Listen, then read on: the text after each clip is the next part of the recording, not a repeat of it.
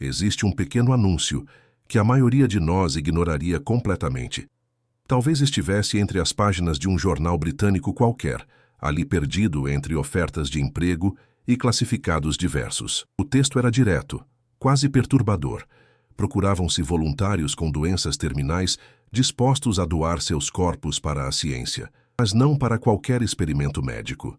Não para testes de remédios ou estudos anatômicos convencionais. O anúncio buscava alguém disposto a ser mumificado exatamente como os faraós do Antigo Egito. Pense bem nisso por um momento. Você está tomando seu café da manhã, folheando o jornal casualmente e se depara com esse pedido bizarro. Qual seria sua reação? A grande maioria viraria a página sem pensar duas vezes. Alguns talvez comentassem com o cônjuge sobre a estranheza do mundo moderno, e depois seguiriam com suas vidas. Alan Billis leu esse anúncio e pegou o telefone. Alan era um taxista britânico de 61 anos. Nada de extraordinário na superfície. Ele dirigia seu táxi pelas ruas, conversava com passageiros, voltava para casa para jantar com Jan, sua esposa de 36 anos de casamento. Era a definição de homem comum. Mas em 2009, o destino bateu à sua porta com uma sentença que ninguém quer ouvir. Câncer de pulmão terminal. Quando você recebe um diagnóstico assim, o mundo parece parar. As prioridades mudam instantaneamente. Algumas pessoas entram, outras se desesperam. Muitos apenas tentam aproveitar o tempo que resta com seus entes queridos. Alan Billis, porém, teve uma ideia diferente. Ele viu aquele anúncio e enxergou uma oportunidade de transformar seu fim em algo significativo. Jan, sua esposa, conhecia o marido bem demais para se surpreender. Quando ele contou sobre a decisão de se voluntariar para ser mumificado como um faraó egípcio, ela apenas suspirou com aquele cansaço afetuoso de quem convive com alguém por décadas. Lá vai ele de novo, ela pensou. É exatamente o tipo de coisa que você esperaria que ele fizesse, mas essa decisão aparentemente excêntrica de Alan estava prestes a resolver um dos maiores mistérios arqueológicos da humanidade. Um enigma que cientistas perseguiam há séculos, vasculhando tumbas, decifrando hieróglifos, analisando múmias antigas com tecnologia de ponta. E a resposta viria através de um taxista britânico com senso de humor peculiar e uma coragem tranquila diante da morte. Durante décadas, egiptólogos do mundo inteiro enfrentaram um problema frustrante. As múmias egípcias existem aos milhares, espalhadas por museus e coleções privadas. Podemos vê-las, estudá-las, fazer raios-x e análises químicas. Mas havia um detalhe crucial que faltava. Ninguém sabia exatamente como elas foram feitas. Parece absurdo, não é? Como algo tão fundamental poderia ser um mistério? A resposta está na natureza sagrada do próprio processo. Para os antigos egípcios, a mumificação não era apenas um procedimento médico, uma prática funerária comum. Era uma arte sagrada, vital para a sobrevivência de toda a civilização. Eles acreditavam que a alma do faraó precisava reconhecer seu corpo físico para habitá-lo eternamente. Se a mumificação falhasse, se o corpo se decompusesse ou ficasse irreconhecível, a alma divina do rei se perderia no vazio. E com ela, desapareceria a proteção espiritual de todo o Egito. Não era dramático, era literal. O destino de uma nação inteira dependia da habilidade de alguns poucos embalsamadores em vencer a própria morte. Por isso, as técnicas jamais foram registradas por escrito. Elas passavam de mestre para aprendiz, em templos fechados, onde profanos não entravam. Quando a civilização egípcia antiga ruiu, esse conhecimento foi sepultado com ela. O historiador grego Heródoto visitou o Egito por volta de 450 a.C. e deixou um dos poucos relatos sobre o processo. Ele observou que os egípcios preservavam corpos da mesma forma que preservavam peixes. Removiam as vísceras e empacotavam tudo em sal para secar. Por séculos, essa foi a explicação aceita pela comunidade científica. Simples, prático, lógico. Só tinha um problema. Não funcionava direito. Se gostou dessa história até aqui, vale lembrar que toda semana trazemos histórias fascinantes como essa no canal. Não perca os próximos episódios. Entre em cena a doutora Joanne Fletcher, egiptóloga da Universidade de York, e o Dr. Stephen Buckley, químico arqueológico. Esses dois pesquisadores passaram anos analisando múmias com tecnologias que Heródoto jamais poderia imaginar: espectrometria de massa, cromatografia gasosa, análise de cristalografia. E em 2003, conseguiram acesso a algo extraordinário. No Vale dos Reis, existe uma tumba misteriosa catalogada simplesmente como KV-35. Dentro dela, jaziam 3 múmias reais excepcionalmente preservadas. Uma delas era a rainha Tie, figura importante da 18ª dinastia do Egito. Aquela família lendária que incluía nomes como Nefertiti, Akhenaton e o faraó mais famoso de todos os tempos, Tutankhamon. Foi estudando a rainha Tie que Buckley viu algo nos raios X digitais que mudou tudo. Sob a pele da múmia, profundamente enterrados nos tecidos, havia estranhos flocos cristalinos, cristais de sal, mas não na superfície, onde seria esperado se o corpo tivesse sido simplesmente coberto com sal seco. Esses cristais estavam dentro dos músculos, permeando a gordura, infiltrados na própria estrutura celular. Foi um momento de luz no fim do túnel, Buckley lembraria depois. Ele começou a procurar o mesmo padrão em outras múmias da 18ª dinastia, e os encontrou. O pai da rainha Tie tinha cristais de sal nos braços, a mãe tinha nas pernas. Faraó após faraó mostrava os mesmos sinais reveladores. Todos foram mumificados da mesma maneira revolucionária. Mas como o sal chegou lá dentro? Havia apenas uma explicação possível, e ela soava completamente louca. Os egípcios devem ter mergulhado seus faraós em um banho de sal líquido, um banho de natrão, um tipo especial de sal alcalino. A ideia soa absurda, Buckley admitiu. Você está usando água para secar um corpo. Soa tão contraintuitivo e tão estranho. A própria Dra. Fletcher era cética. Ela sabia o que acontece com corpos encontrados no mar: decomposição acelerada, tecidos inchados e destruídos. Quando você coloca um corpo na água, eles estragam muito rapidamente, ela argumentou. Mas a química não mentia. Os cristais estavam lá, e só havia uma maneira de colocá-los lá: imersão completa em solução líquida.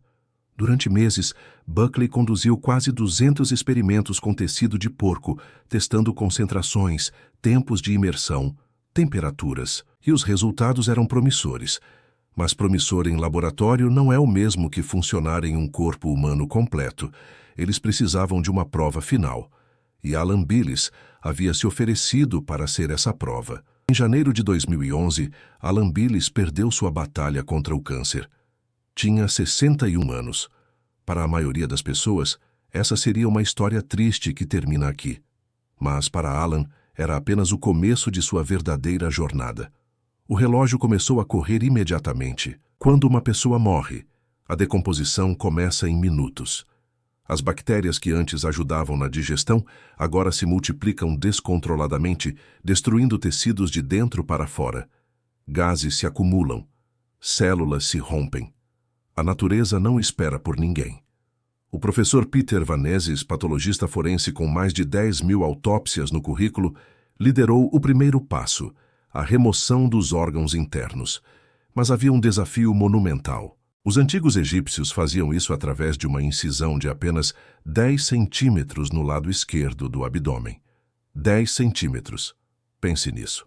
Através dessa abertura minúscula, Vanezis precisaria remover cerca de 8,5 metros de intestinos, o fígado, o estômago e os pulmões. Tudo sem danificar a aparência externa do corpo. Estou confiando no meu conhecimento anatômico para me dizer onde tudo está, explicou Vanezis, enquanto trabalhava com instrumentos simples, sem a tecnologia moderna de cirurgias. Mas aqui estou trabalhando às cegas.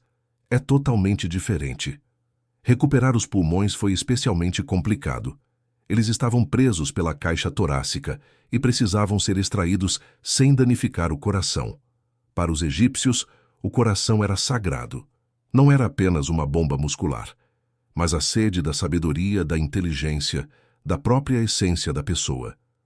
O coração deveria permanecer no corpo para a vida após a morte. Com os órgãos removidos, A equipe preencheu a cavidade corporal de Alan com pequenos sacos de linho, exatamente como encontrados em múmias antigas. Isso restauraria a aparência externa, mantendo os contornos naturais do corpo. E o cérebro? Durante anos, pensou-se que todas as múmias tinham seus cérebros removidos pelas narinas usando ganchos de metal. Mas raios-x de múmias da 18ª dinastia mostravam algo diferente. Muitas ainda tinham seus cérebros intactos, encolhidos, mas preservados. Alan manteria o seu. As incisões foram cuidadosamente seladas com cera de abelha pura, seguindo a tradição milenar. Mas o verdadeiro desafio ainda estava por vir. A decomposição continuava ameaçando o corpo por dentro. O corpo humano é 70% água, e era justamente essa água que precisava ser controlada. Antes de submergir Alan na solução, Buckley o revestiu meticulosamente com uma mistura especial de óleo de gergelim, resina e cera de abelha. Quando secasse, essa camada formaria uma proteção na pele para evitar que a solução cáustica causasse danos severos.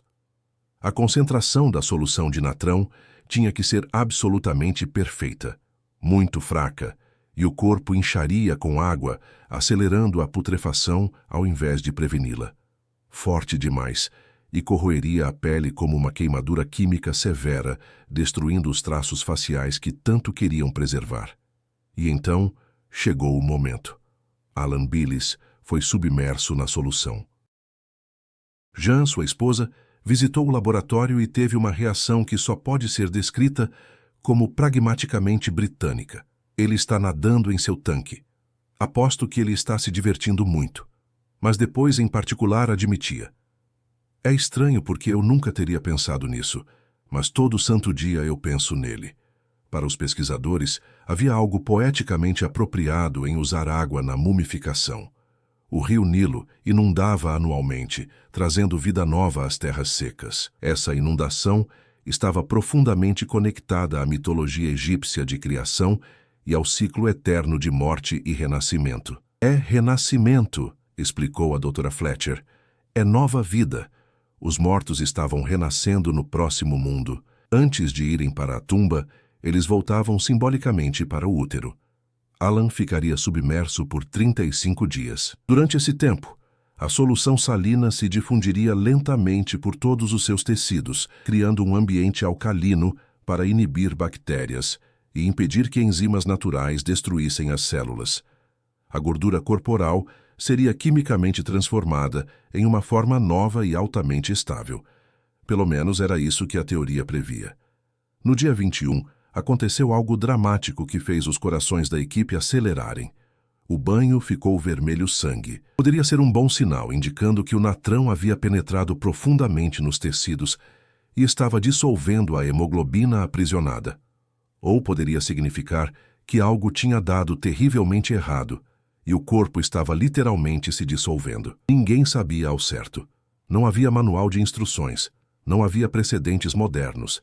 Eles esperaram ansiosamente pelas 2 semanas restantes. Se você está achando essa história tão incrível quanto nós, não esquece de se inscrever no canal. Toda semana tem conteúdo novo sobre ciência, história e curiosidades que vão deixar você boquiaberto. Quando chegou o dia de remover Alan da solução, a tensão era palpável. Era o momento mais frágil de todo o processo. Se algo tivesse dado errado, descobririam agora. Alan emergiu transformado. Havia mudanças visíveis.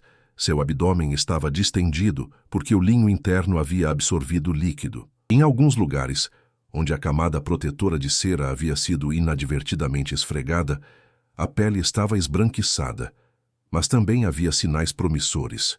O corpo foi imediatamente transportado para a Body Farm, no Tennessee, uma instalação única onde o professor Bill Bass e sua equipe estudam decomposição humana em condições controladas. Eles viram centenas, talvez milhares de cadáveres em vários estágios de decomposição. Sabiam exatamente como um corpo deveria parecer após determinado tempo. Os resultados chegaram como uma revelação. Algo desacelerou dramaticamente o processo de decomposição, observou Bass com admiração profissional. Se você me ligasse para perguntar há quanto tempo ele está assim, eu diria talvez 3 dias no máximo. Mas já haviam se passado mais de 5 semanas desde a morte de Alan. O corpo foi então movido para uma câmara especial aquecida, programada para replicar precisamente o clima do Egito Antigo.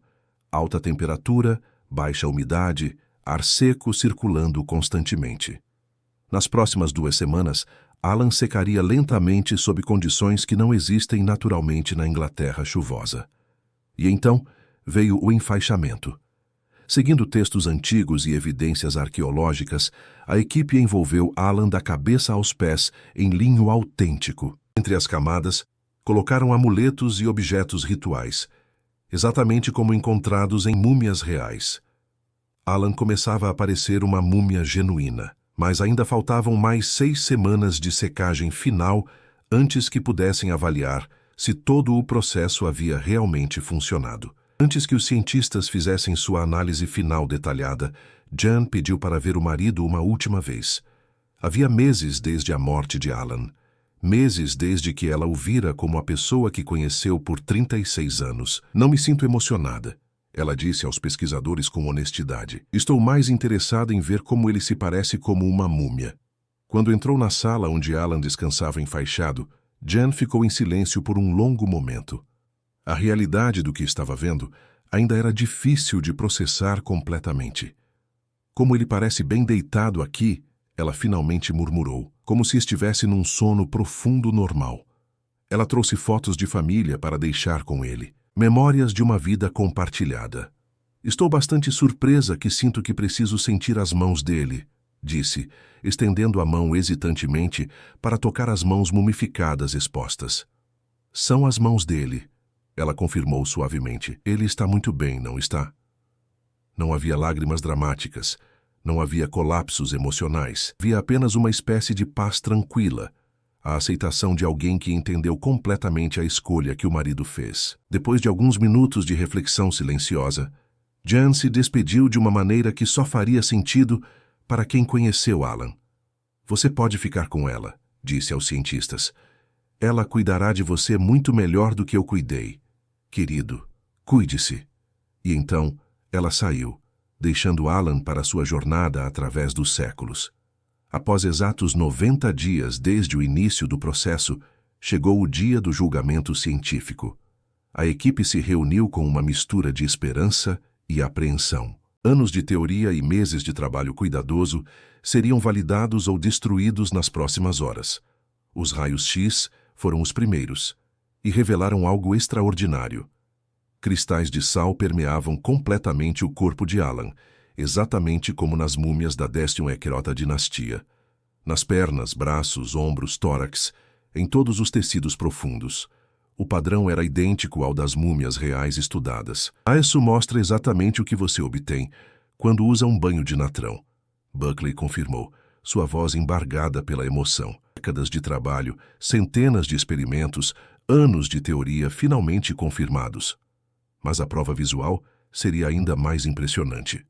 Quando o professor Vanezes examinou cuidadosamente o pé de Alan, encontrou tecidos estáveis com textura de couro curtido. Ainda tem elasticidade, ele observou com admiração profissional. Não é como um corpo decomposto que se desfaz ao toque. É quase como um gesso médico. A mão mostrava os mesmos sinais promissores. As unhas ainda estavam firmemente presas aos dedos. A pele, embora transformada, mantinha sua integridade. Os dedos pareciam que poderiam se mover a qualquer momento. Tomografias computadorizadas de corpo inteiro revelaram que a mumificação foi surpreendentemente uniforme. O processo de decomposição parece ter sido completamente interrompido, confirmou Vanezes. Mesmo os tecidos mais profundos do abdômen estão estáveis. Isso me deixa muito confiante de que seus tecidos foram mumificados corretamente.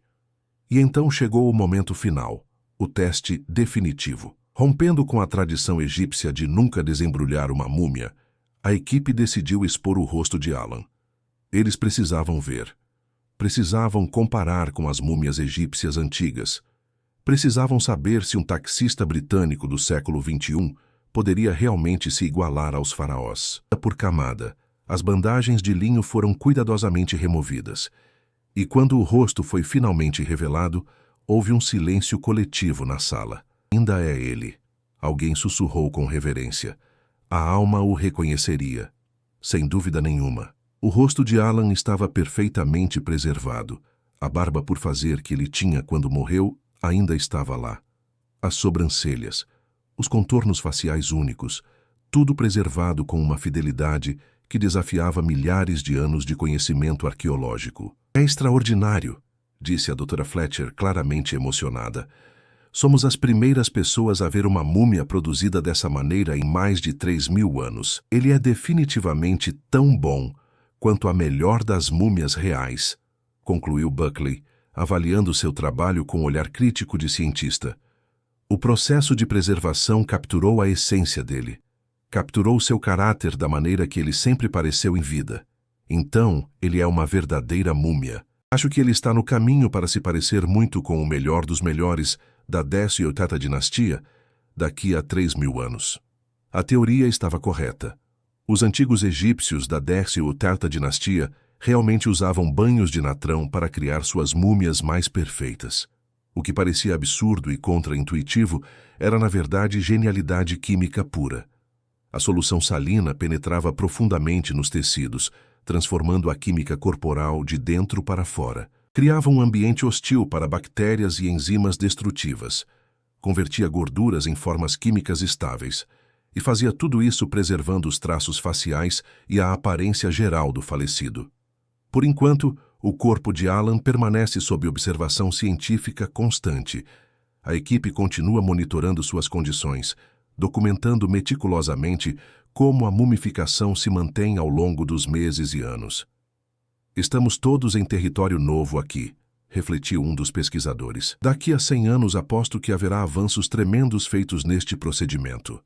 Mas nada disso, absolutamente nada, teria sido possível sem o presente extraordinário de um homem aparentemente comum. Alan Billis não era um faraó. Não governou nações, não construiu pirâmides monumentais, não teve exércitos às suas ordens. Ele dirigia um táxi, conversava com estranhos, voltava para casa para jantar com a esposa. Viveu uma vida que milhões de outras pessoas vivem. Mas diante da morte, diante daquela sentença terminal que destrói tantos, Alan escolheu algo diferente. Escolheu transformar seu fim em um começo. Escolheu deixar um legado que transcenderia sua vida comum. E em seu próprio jeito despretensioso e tipicamente britânico, alcançou uma espécie de imortalidade que poucos podem reivindicar. Como ele mesmo disse antes de morrer, com aquele humor seco que Jan conhecia tão bem, as pessoas têm deixado seus corpos para a ciência há anos. Então você só tem que seguir em frente. Se não funcionar, não é o fim do mundo, é? É por isso que todos nós nos esforçamos para aprender. Uma pena que eu não estarei por perto para ver isso. Eu gosto bastante de documentários, mas Alan está por perto de certa forma. Sua história, preservada não apenas em seus tecidos mumificados, mas também na memória científica e cultural, continuará ensinando gerações futuras sobre uma das artes mais misteriosas da humanidade. Um taxista britânico se tornou uma ponte viva entre o passado distante e o futuro desconhecido. Provou que às vezes os heróis mais improváveis, as pessoas mais comuns, são aquelas que deixam as marcas mais duradouras na história. Tive uma vida muito boa, foram suas últimas palavras gravadas. Vou ficar por aqui um pouco mais. Só isso. Esse é o meu legado, eu suponho. E que legado extraordinário foi. 3.000 anos atrás, os egípcios mumificavam seus reis acreditando que isso lhes garantiria a eternidade. Hoje um homem comum fez a mesma jornada, não por poder ou religião, mas por pura curiosidade científica e um desejo genuíno de contribuir para o conhecimento humano. Se Alan pudesse ver o resultado final, se pudesse saber que sua decisão desvendou um mistério de milênios e que estudantes, cientistas e curiosos ainda estudarão seu caso por gerações, imagino que ele apenas sorriria com aquele jeito modesto, daria de ombros e diria algo como, bem, isso foi interessante, não foi? E Jan, conhecendo o marido como só 36 anos de casamento permitem, provavelmente reviraria os olhos com carinho e responderia, lá vai ele de novo. Se essa história incrível te fascinou tanto quanto fascinou a gente, Não esquece de se inscrever no canal. Toda semana trazemos histórias surpreendentes de ciência, história e curiosidades que você não vai encontrar em nenhum outro lugar. Aperta o sininho para não perder nenhum episódio.